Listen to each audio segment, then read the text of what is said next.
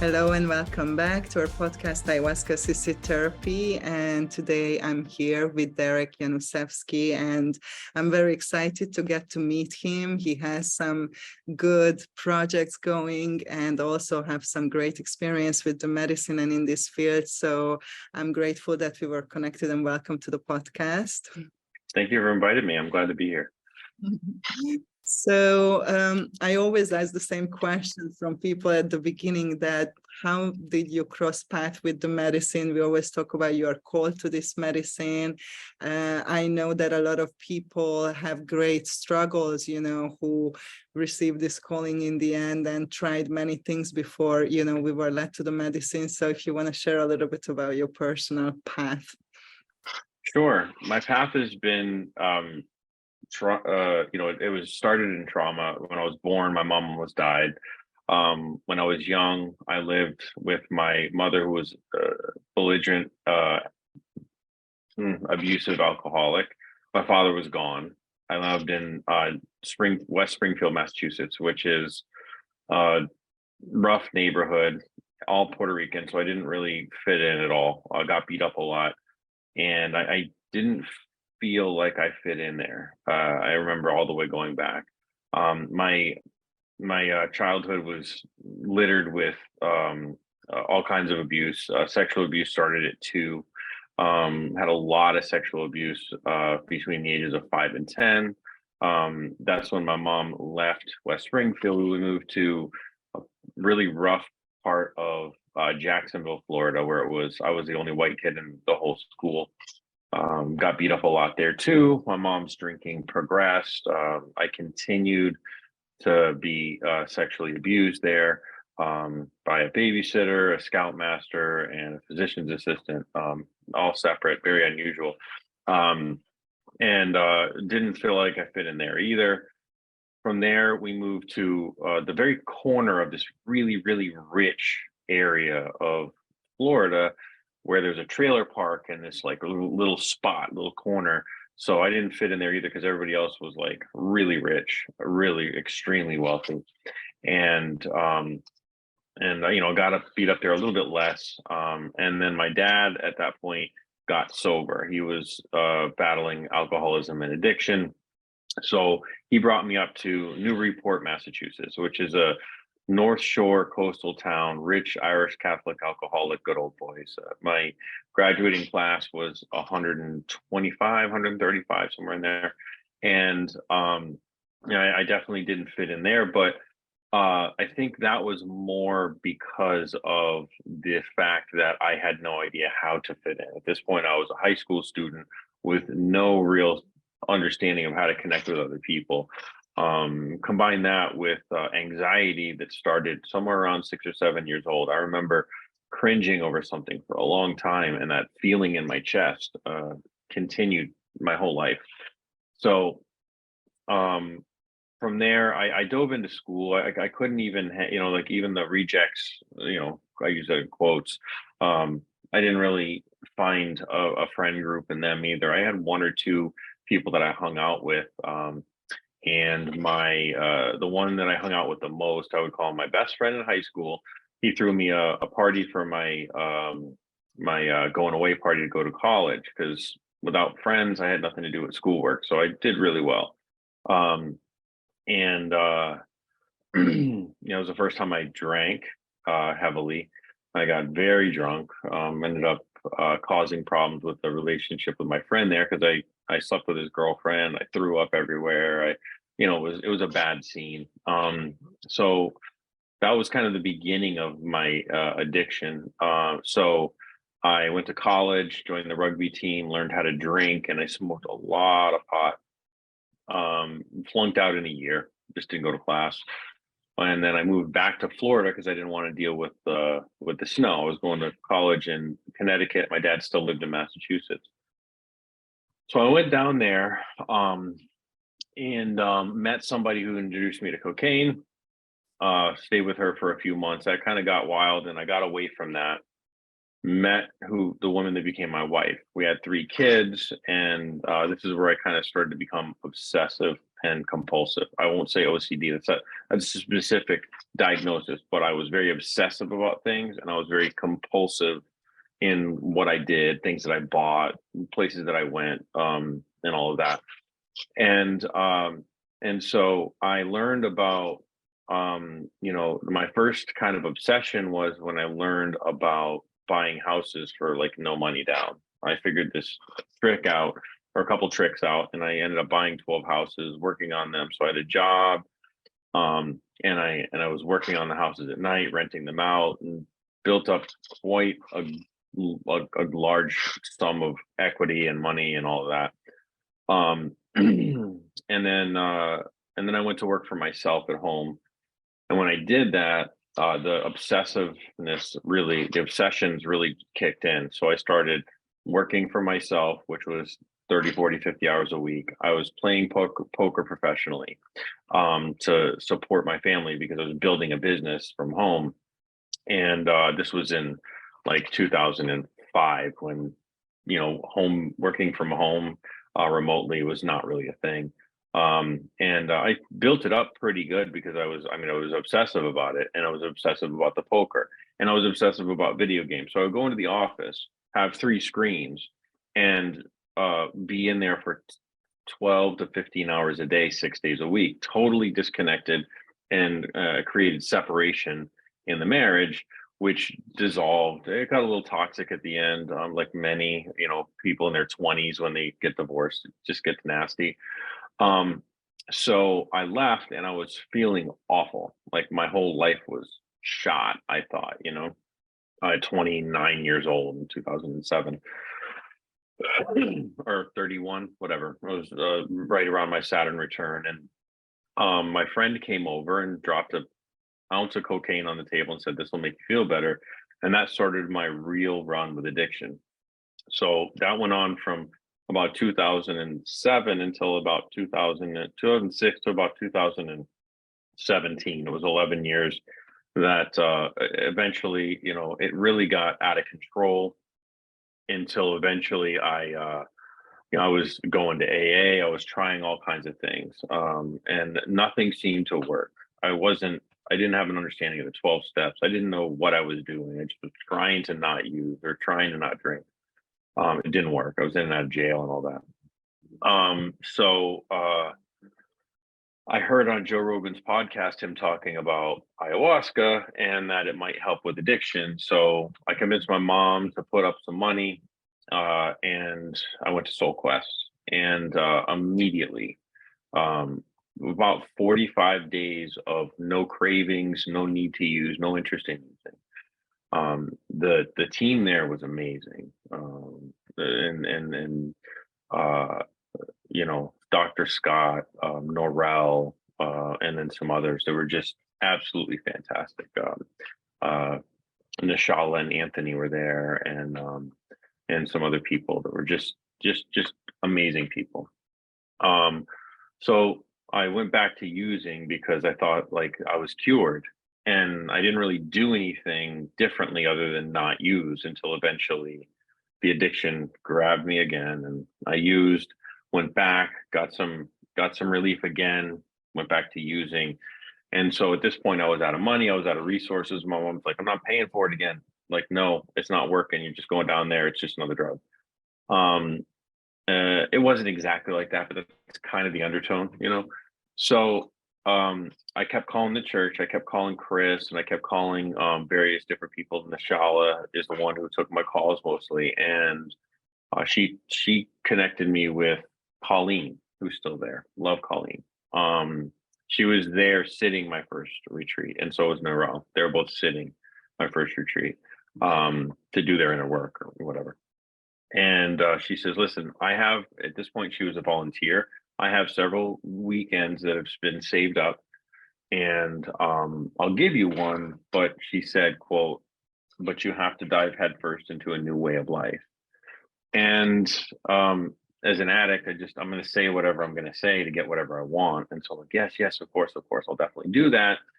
And I went there with the mindset of how to dive into a new way of life, it might even been my intention for the weekend. I don't really remember, but I do remember the message that I got was to start volunteering. So I started volunteering there, and the first weekend I was there was this argument over who was going to do the buckets. Nobody wanted to do the buckets.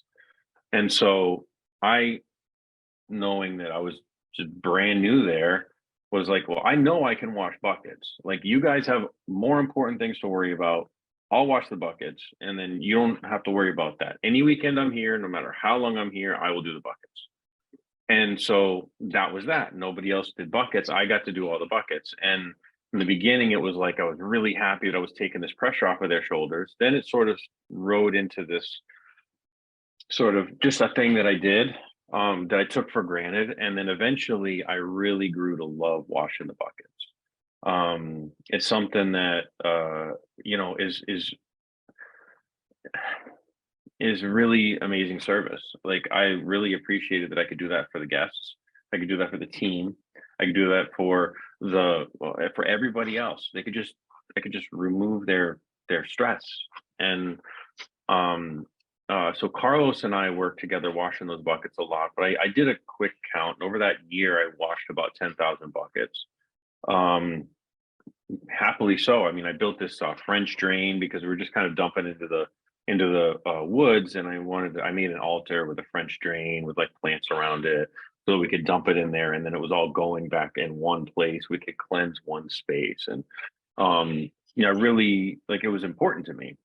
So from there, I was there every weekend. Eventually, they started paying me $200, and I would show up on Thursday midday, and I would work until Monday late afternoon, setting up, tearing down, washing, cleaning, making beds, carrying the mats everywhere, setting up the ceremony tent, setting up the ceremony space, making sure we had driving back and forth. I was doing all these different things, and happily so, for $200. I spent about $100 in gas and about $100 on food those days. So it ended up being like service work that sort of my expenses were covered, and I was happy with that. I could go home, drive Uber for a few days, pay my bills, and go back.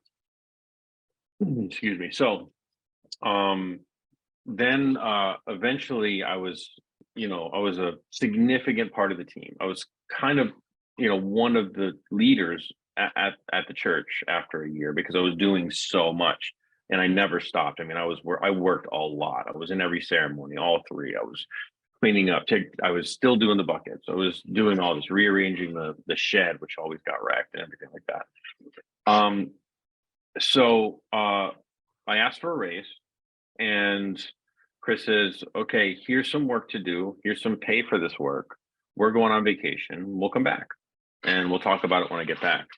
Well, my whole support system and my reason for showing up disintegrated for 3 weeks. I had nobody to talk to, except for my old life where I was using. So I went back and I relapsed, and because of it, they let me go.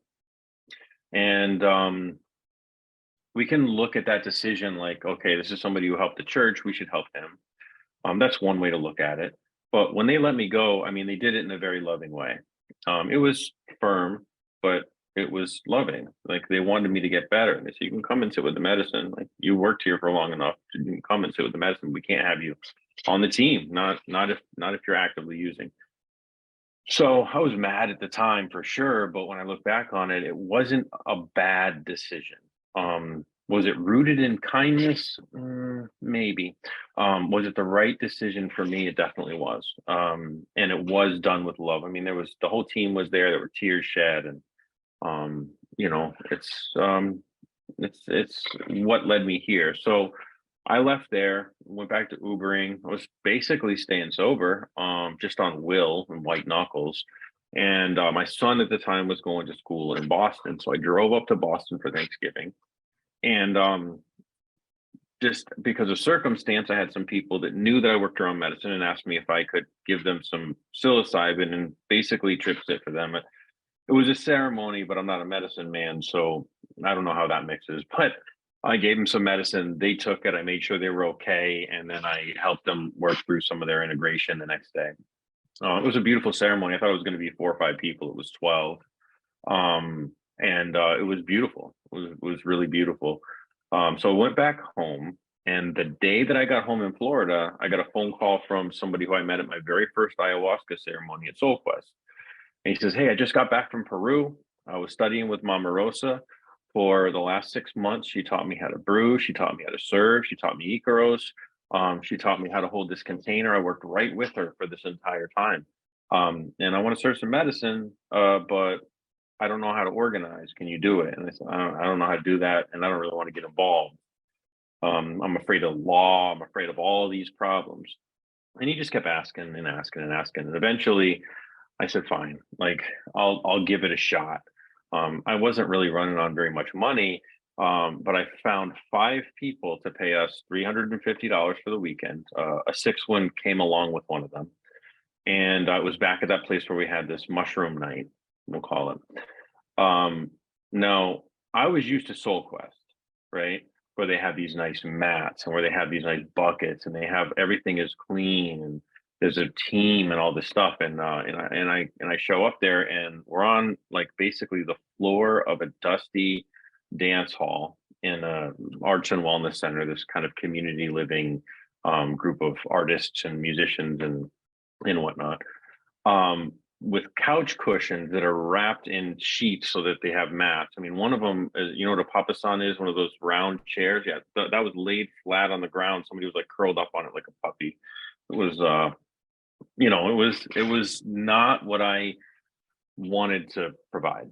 It was not to the standards that I have for comfort, for comfort. Really, we were safe, but the comfort was, it was dusty, and it was like on the floor. It was not what I wanted. And I walked into the meeting with the owner of the place and the person serving medicine with my head down, feeling like I failed. I mean, we had like 5 cans of Amy's soup for lunch.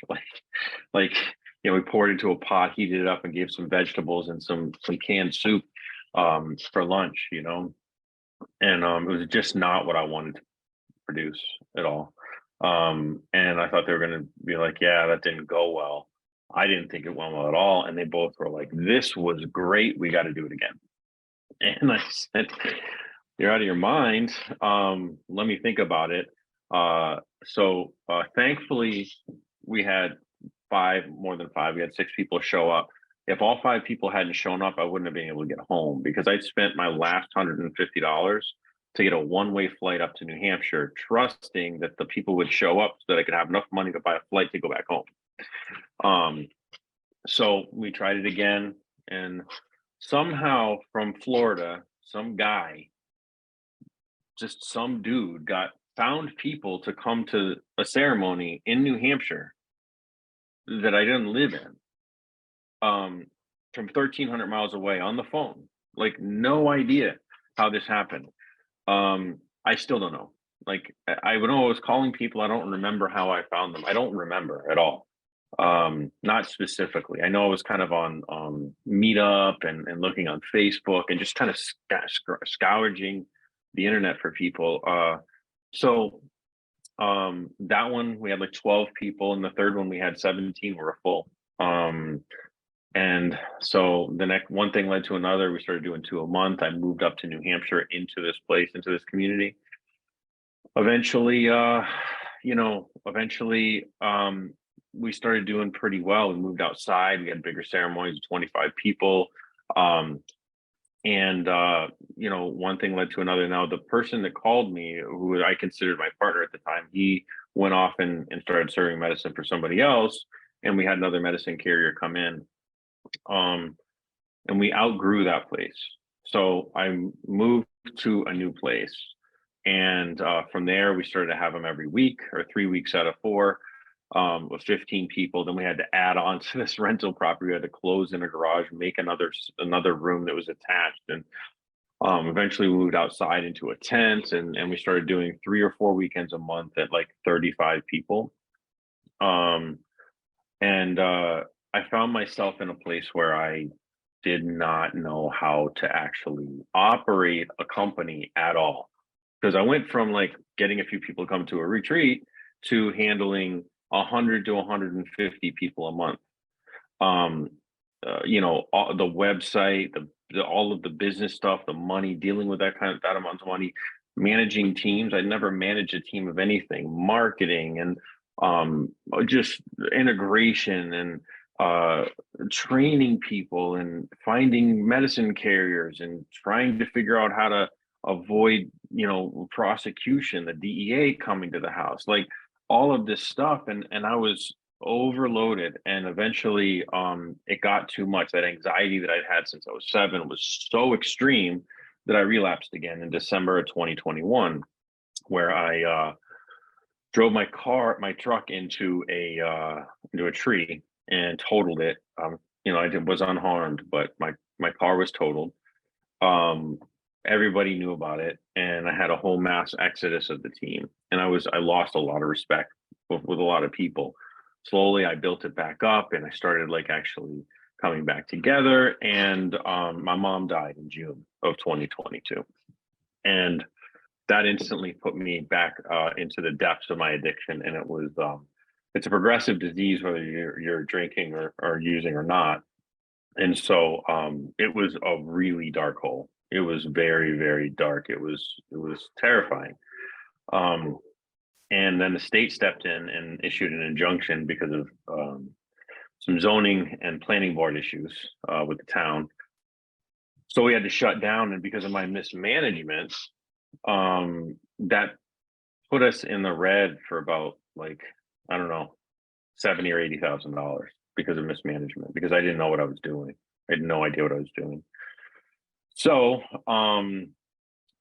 that was a gift, though, because God gave me this time to get sober.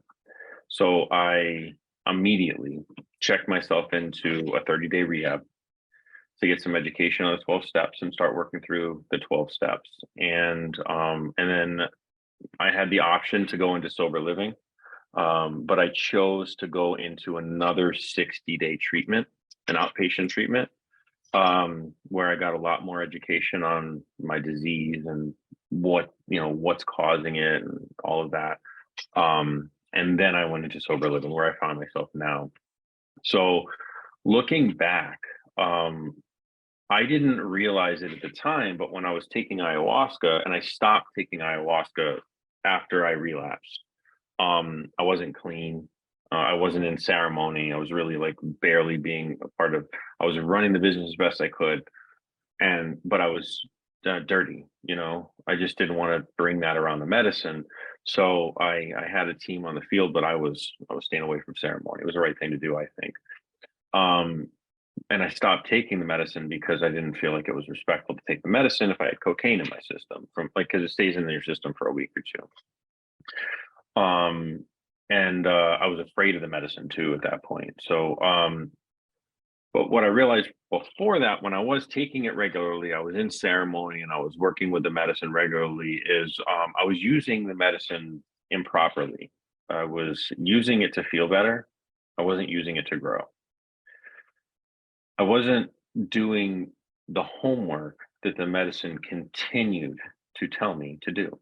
Do yoga, do breath work with Hape, journal, meditate, write your gratitude practice, read, improve yourself, self-care, take care of yourself, go to the doctor. You have something, something's hurting in your stomach. I mean, I ended up having to have emergency surgery because my gallbladder was all out of whack. There was some stones in it. I had to have it removed. But that was hurting me for a while. I was not taking care of myself at all. I knew how to tell people what to do, but I didn't know how to do it myself. So I found myself in a position where I was sick. The medicine could not fix what I was sick with if I wouldn't give the medicine the tools, which was my involvement. So I wasn't integrating, and I was using it to kind of, but I stopped getting messages, except for you can't do this alone and do yoga. It was almost like this kind of afterthought, like here, and it was just this like uncomfortable experience. You can't do this alone, do yoga, and like almost like swatting me away when I look back on it, because I didn't know it at the time. It's not like I was doing this with intention.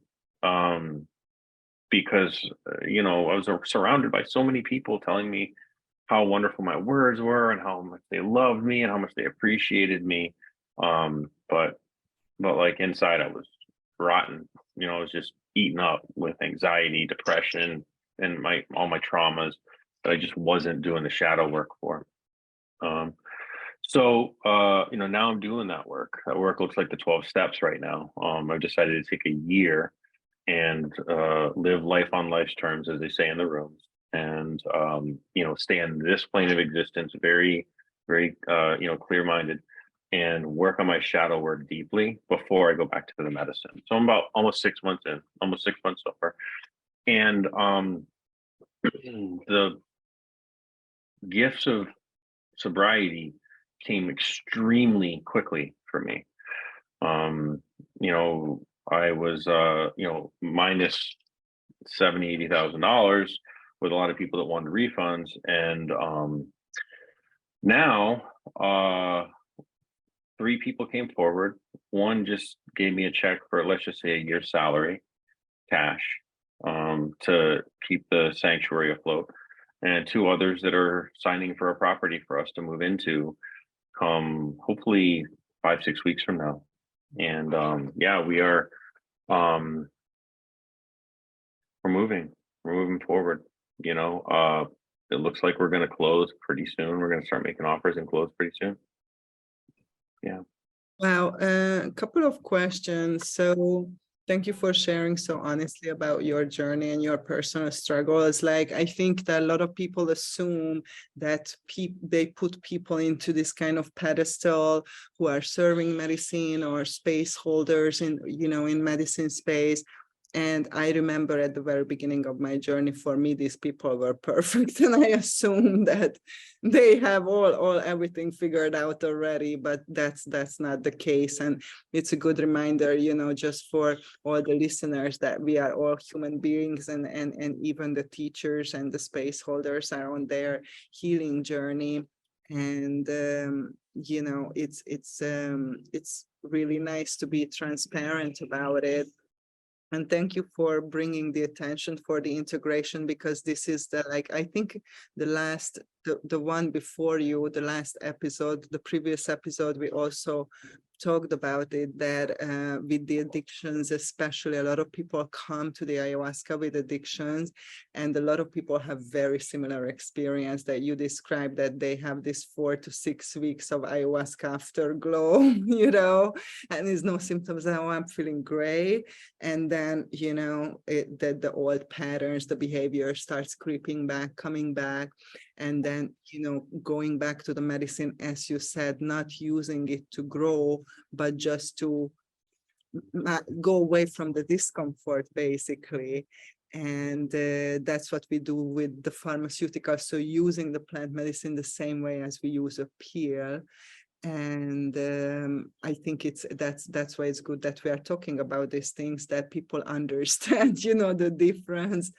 And that we use this plant to grow. And as you said, this is a participatory process. I always say to my clients that the medicine does her work and you have to do your work, which is the bigger part of it. And if you don't do that, not much is going to change. There is always some incredible miracles, 1 out of a billion, something, but that's not normally what happens. What normally happens, if people do not integrate, if they do not have, guidance for their shadow work, a safe container, supportive community, all of those things that probably you will talk about, then most likely they're going to relapse when they are under stress. What you said, when your mother died, when you are under great stress, you most likely to revert into old behavior if you didn't go to the root of the problem and didn't do that type of shadow work that you were talking about. So I think this is so important, to understand for everybody, that we need to emphasize, both parts, and we are learning this, through working with the medicine as well, how to work with this medicine with her, and I think that she really just brings up a lot of things to the surface for us to process and to look at, and that's what most people want to avoid. They want to change, but they don't want to go through the discomfort, go through the emotional release, change their mind about, fundamentally about certain things. And unfortunately, I think that change is very radical. So you are either ready to give up, the old life, or good luck holding on to, right? And this is just a journey, how we are all walking our own path. So for you, in the end, to create the church, as I understand, it was like an organic kind of process. It was not like, a lot of people have this, so I sit with the ayahuasca and I had this download that I need to create this retreat center and something like that. It was more like this natural unfolding of, and you just went with it, and kind of, this is where you are, and where are you right now, and how is it working in the United States in terms of, legality and stuff like that? So it's a legal, they say it's a legal gray area, but it's two conflicting black and white areas. The First Amendment, freedom of religion, and the free exercise thereof, coupled with the free exercise clause, so that it's detailed what the free exercise thereof means. It's very, very detailed. It's black and white. Not to mention the two cases that went to the Supreme Court, substantiate our claims that this is a religious sacrament, that it is our sacrament. So it's black and white. It's also black and white that it is a Schedule 1 narcotic. DMT is a Schedule 1, which according to the government scheduling system means that it has a high likelihood of abuse and addiction with no medicinal value. Now, we can agree or disagree with that. I disagree with that. But the fact is that's what it's scheduled. That's the law. So, the DEAs come to my house. I've had a conversation with them, and I asked them to kindly go ahead and head out. Thank you for your information. And they didn't want me shipping large shipments of chacruna from Peru. Is basically what it was. They were confiscating my packages, and they had pictures of all kinds of stuff, but they didn't prosecute me. And I think that's for a couple of reasons. Number one, they know that it's not really a winning case for them. It's going to be a lot of time, a lot of effort, a lot of energy, and a lot of resources. They wanted me very badly to fill out their exemption paperwork.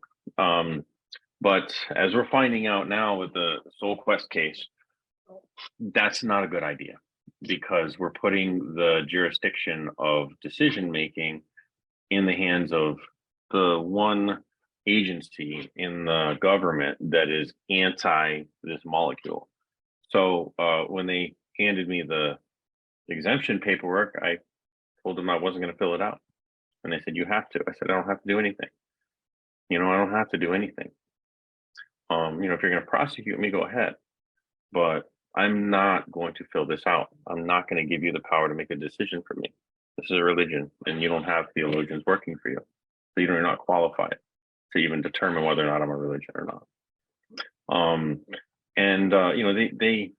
They were fine. They were nice. They were fine. They were respectful. They didn't really like that I was pushing back and standing up to them.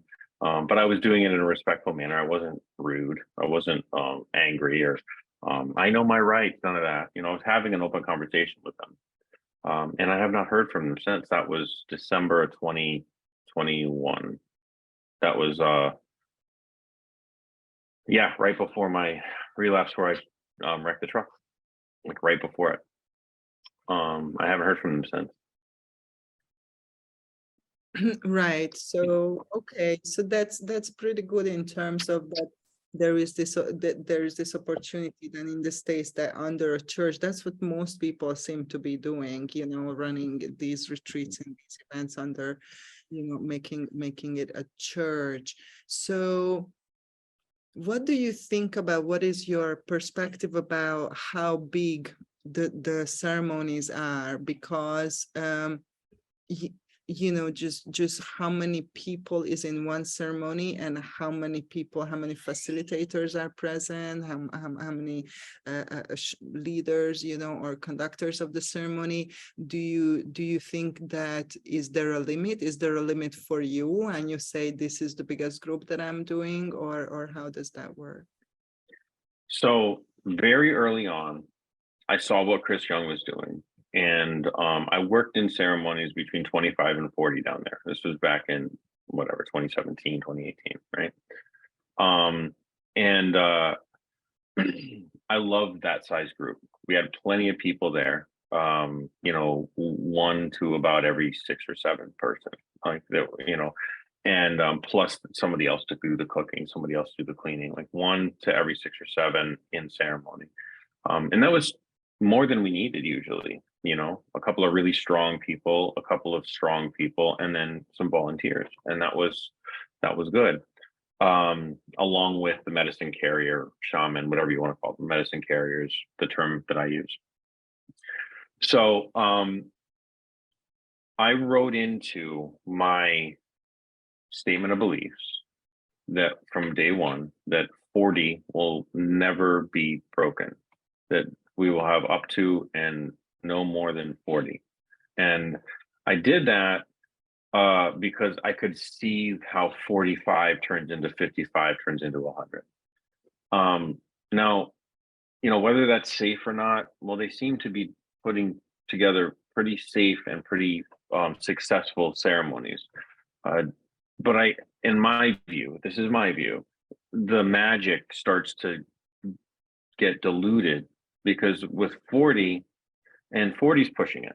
Like 40 is pushing it, I believe. But with 40, as long as we have activities throughout the day, and we have, what we do is we have a guardian that's kind of assigned to 10 people. So we have 4 guardians, and then we have guardian helpers, and we have volunteers, right?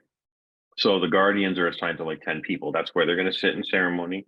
That's their go-to person for like the immediate integration stuff.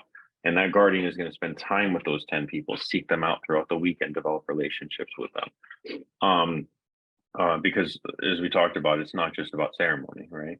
And so 25 to 40 is this magic happens because there's enough people where you can hear your parts of your story from other people. But it's not too big where you get swallowed up, or where wallflowers can kind of hide, I don't want anybody to just be able to hide. Because I think that if they are somebody who's kind of a wallflower coming out of that shell and actually, in integrating themselves into a group and in opening up and being vulnerable is a key part. With 100 people, like I don't see the efficacy there. Again, my opinion, it's beautiful, and he's helping thousands of people down there, and that's beautiful. I mean, there's so many ways. Yeah, we are all, that's why we are talking about it. Definitely, I think the ratio is what is also super important of facilitators and people. So as you said, you have, 1 facilitator to every 6, approximately 6 person, and plus extra staff volunteers who are cleaning and cooking and all that kind of stuff, which is very important. And, it's great that you do it this way. So how long the retreats are, and then after the retreat, is there any integration that you provide or you recommend? Do you have any follow-up, like long-term with people? If people come to you on a regular basis, do you have any limit and say, hey, go and integrate and don't drink anymore for a while? So what's your view on these things? Our retreats are Friday, Saturday, Sunday, because it fits in with the American lifestyle right now. We are going to offer longer ones, week-long retreats, and we have ideas to offer month-long retreats where they can come and stay and be a working part of the church while they're there. And then there'll be medicine carriers that come in each weekend, and they'll sit with all of them. As far as our integration goes, we have a doctor of psychology She is amazing. She actually trains clinical psychologists after they're done with their graduate work at Ivy League schools. She's tremendously talented and very wise. She also works with energy, so she's not locked into this like left brain way of thinking in terms of how the mind works. She's very tuned in energetically, and she's studying right now her continuing education this whole year. It's an expensive course. I'm paying for it for psychedelic psychotherapy with doctors and with the whole emerging field. She's studying deeply about that. So I host a integration call every Tuesday night from 7 to 9. It's open to everybody in the community, not just Pachamama Sanctuary. Anybody can come. It's just a couple of rules: closed container and no crosstalk. Be kind. That's about it. You know. So beyond that, up until I came in here, one of the things that was weighing me down was I was giving everybody that came through my direct cell phone number. So about 2,000 members that we have all have my direct cell phone number. And so I was getting calls all the time.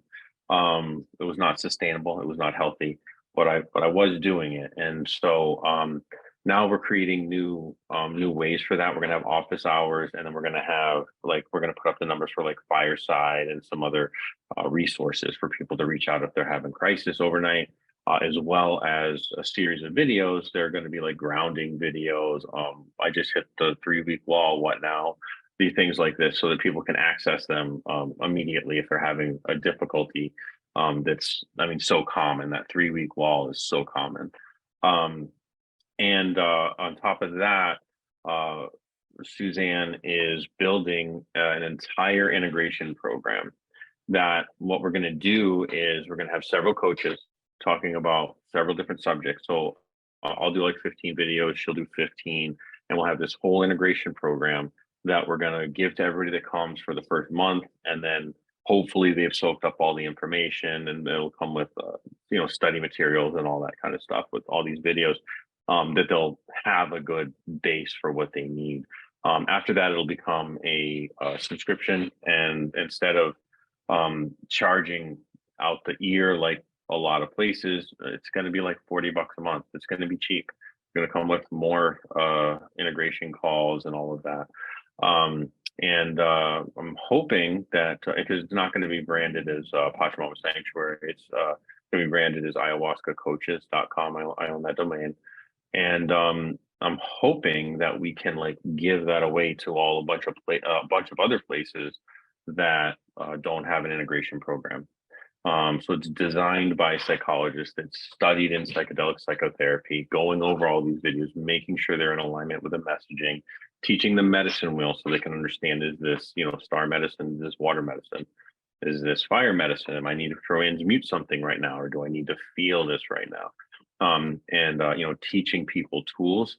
And if my dream happens, I'm just going to give it to anybody who wants it for a month. You know what I mean? So they can get the information. Integration is extremely important to us.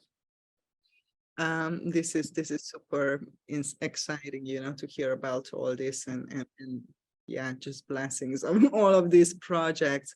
So do you think, is there such a thing as too much medicine and people getting hooked on the medicine, or just drinking too much without integrating? Do you have any limit, for ceremonies for people to do, or do you allow people to come like every week for ceremony? Like, how does that work? There's only been one person that I've allowed to come a whole bunch of weeks in a short period of time. And she had a tremendous growth spurt and really took to it well. I think she came to 6 retreats in 15 weeks. But, and I have people that come back, a couple times in a row, like maybe a week on, 2 weeks off, a week on, 2 weeks off, because they're trying to push through something heavy like grief or addiction or some trauma from war or something like that. And in those cases, I make sure to be in regular communication with them. And if they get to a point where they're not really grounded and they're too much on the condor, they're too spread out in their view, I have them wait or I refund their money because it's important to know that like we have to live in the 3D plane, and it can't be how we want it to be. We have to some people lose the ability to accept the world as it is sometimes, and it's uncomfortable because things aren't like look at the news for 5 minutes and you're like, ugh, I mean, I still am, but I also have grown able to accept and to so when I see that, I have people back off, when they're now they're energy healing tarot starman, and I'm like, all right, slow down. So how is the decision making works in the Pachamama Sanctuary? So when you decide, for example, about these things to deny somebody to come to a ceremony, or when you decide about your future programs and directions, is there kind of a hierarchy and you are making the final? Is there some kind of council? Like how does that work? So before I was doing it all myself. I was doing all the money, all the marketing, all of the organizing, all of the execution, all of the operations, all of the hiring, all of the training, all of the integration. I was doing all of that. So a big part of what led to my breakdown. Oops. Oh no. Sorry. Basically, once I was able to have some time away and step back and and see the forest, because I was on one tree, I realized that I needed to delegate a lot of this stuff. So in the past, I would go on intuition, and usually my intuition was right.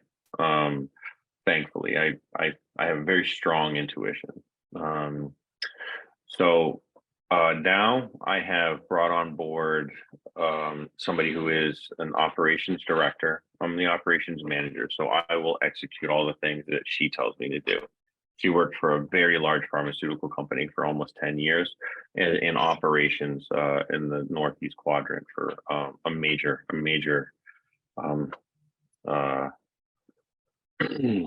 pharmaceutical company. And then I found Suzanne, who is a doctor in psychology.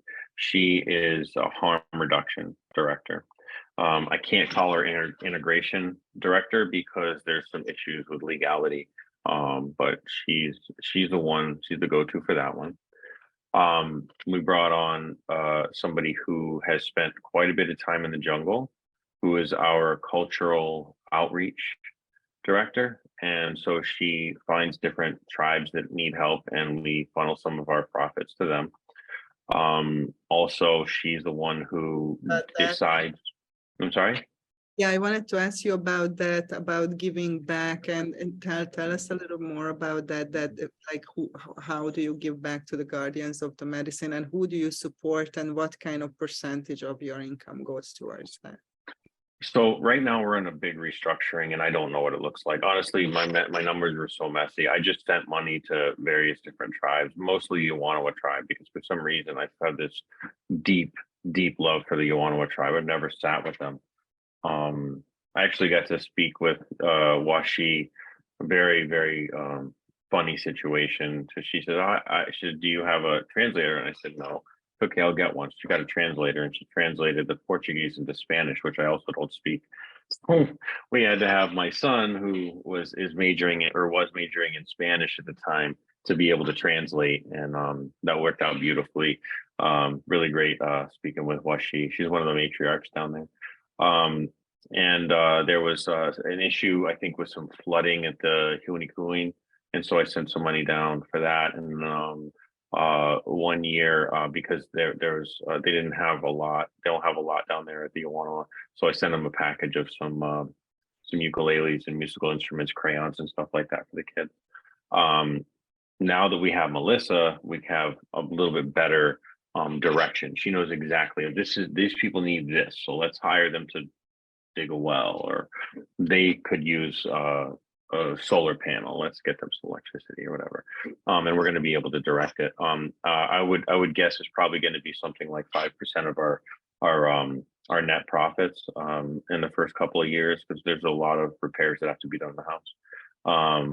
But that's going to be a evolving thing, What and is then bringing. Yeah, what is Right? your vision? What is your vision kind of for the next 5 to 10 years? What is that you would like to see, in what direction would you like to see this expand? And if you are looking for more people to come on board for this project, like who do you're looking for? Mhm. So right now, we are looking for one last person who wants to invest in some real estate. We need a very small amount to get us over the hump. It'll be a secured loan. So that would be nice. At this point, when we open, we'll know our needs, because we have this board of directors, the operations director, the cultural outreach, the harm reduction, and a CFO that's managing the money. So we make decisions together, just to kind of wrap up that last part of the conversation. This year is going to be getting us running very smoothly, finding a new pastor for the Pachamama Sanctuary in New Hampshire, so I can take my next project. So right now I'm writing a book that's going to be about my memoirs and the year between when I hit the tree and when we close on the property. And I'll kind of flash back to my life. From there, once we have a new pastor and everything is running properly, I'm gonna go on I'm gonna walk, basically. I'm gonna go on a walk from New Hampshire to California, which is about 4,500 miles. I'm just gonna walk straight there. Pilgrimage is the word I was looking for. There, I'm going to write my second book, which is going to be a tool for integration. So it'll be about 8 months. I'll be on the road, and each one of those months will be dedicated to one portion of the Eightfold Path. So we'll dig deep into that. I'll invite people to come and walk, and we'll record a bunch of walking conversations with different people that have some insight into that portion of the Eightfold Path. I'll just invite them in. And who knows, maybe Aaron Rodgers or somebody will come and join me for a little bit. Who knows? After that, I think we're going to be building towards North Carolina is the dream. So I want to open kind of a headquarters in North Carolina with a big piece of property where we can have a community living there, growing food, kind of a contained community, as well as a few hundred acres, so that we can have large medicine family gatherings without medicine. So like music, yoga, indigenous wisdom sharing, bringing up a bunch of people from South America, some of the elders, to teach us about their culture, teach us about their tell us their stories and all that kind of stuff. That's where I want to move to within about 5 years. The other thing that is really important to me is there's so many people that are struggling with the stuff that I struggled with for the last 4 years. The legality, the money, managing this thing, and like getting finding people and keeping the government off of their back legally and all of that. So everything has been built so that once we find people that are in alignment to actually open their own, we'll train them and we'll open theirs, and they can use our system and they can use our membership, which will protect them and us in court. If anybody comes, if we have 5, 10, 15, 20,000 members, it's going to be a lot more, a lot more solid if we have to go against the government. You know what I mean? It's kind of like washing a bucket on a much bigger scale. The medicine carriers that love this work get bogged down with the details of running the business. And it's very clear in the Ayahuasca manifesto, it's very clear that people that are sitting behind the altar should not be sitting behind the desk. It's very clear. It causes an ego problem. I think we probably have, I know I've seen it a lot. If a person is serving the medicine and also dealing with the money, first of all, you're bringing that stress into the ceremony, but also now you have control over all of these things. And, ayahuasca exposes weaknesses and wounding and money, power, and sex. I mean, those are the big three. And if you got your hand in the cookie jar and you got your hand in the ceremony with everybody telling you they love you and you're controlling everything. So now you have the money, the power, and then the people behind the altar, like the guests end up, the new members, they end up like having this emotional connection and in their mind becomes some kind of a romantic connection sometimes that they project. And now you have all three, and that's really not a safe place. Right, absolutely. So, and in terms of your own healing journey, like where are you now, and like what is that you're learning at the moment in terms of what you said, coming from that place of total disconnection and separation? How could you describe your experience like nowadays compared to that? I mean, I'm not quite 6 months sober, so I'm still kind of getting my feet. I'm still, a toddler when it comes to that kind of stuff. However, being saturated in this community for the last 6 months has really helped me to learn how to make real, genuine connections with people, because I don't need anything from them and they don't need anything or expect anything. Either way, no expectations and no needs. We are just showing up and being supportive of one another. And so I found a community here. Not that I didn't have a community with Pachamama Sanctuary, I did, but being the leader of the community sort of has this degree of separation, right? Because everybody's looking to me for something, and I'm happy with that, but that also I needed a community. Now I have a community of people that they don't need anything or expect anything from me. So it's genuine friendships, and we're both the same. We're all the same. So that's been extremely healing. I'm learning to develop, real deep personal connections for the first time in my life. I mean, you heard my story, so that, and coupled with doing the shadow work, which is exactly what the 12 steps are. Do you know about the 12 steps or what they actually are? Yeah, I'm familiar with it. Yeah. Mhm. It's interesting, like tell us about that, because a lot of the groups, a lot of rooms are against actually using psychedelics, right? Because they say it's a drug. So you go to some rooms, right? So what is, they are fine with what are you doing, or they are like, okay, that's your higher power and it's cool with us, or how is that working? I don't care what they think. I'm not there to care what they think. I care that I get sober and I can learn about being sober from them, right? I believe that ayahuasca is extremely sobering. I believe that it does not take you outside of your mind like alcohol and drugs. It puts you deep inside your mind. It's the opposite effect of a drug. Does it alter the mind? I think that it does the opposite. I think my mind is altered through the lenses of uh, trauma, and it removes that alteration of ego and allows me to see clearly. Not everybody sees it that way, and that's okay. I'm not here to convince them, but when I have real, conversations with people, they don't change their mind in terms of they're going to come and sit with the medicine, but they do change their minds in coming away from such a harsh resistance to it being safe for an addict or an alcoholic.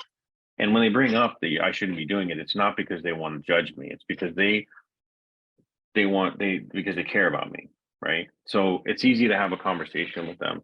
And on top of that, there's a bunch of people that are in these rooms that I've seen here that have come to my church and sat with ayahuasca. Yeah, it's growing definitely in those spaces as well. Mm-hmm. Beautiful.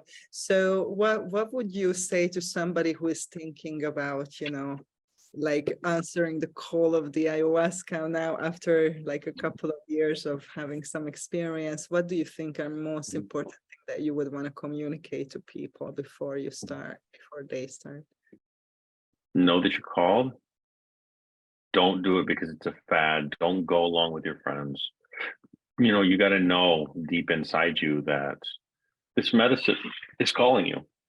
It's not, if you're really, really interested in it and you really feel interested in it deeply, that's one thing. If your friends are doing it and you heard about it and you think it's cool because you heard it on Joe Rogan and you're going to tag along and see what this ayahuasca thing is about, like, don't go. Don't go until you're called. Because you got to be prepared.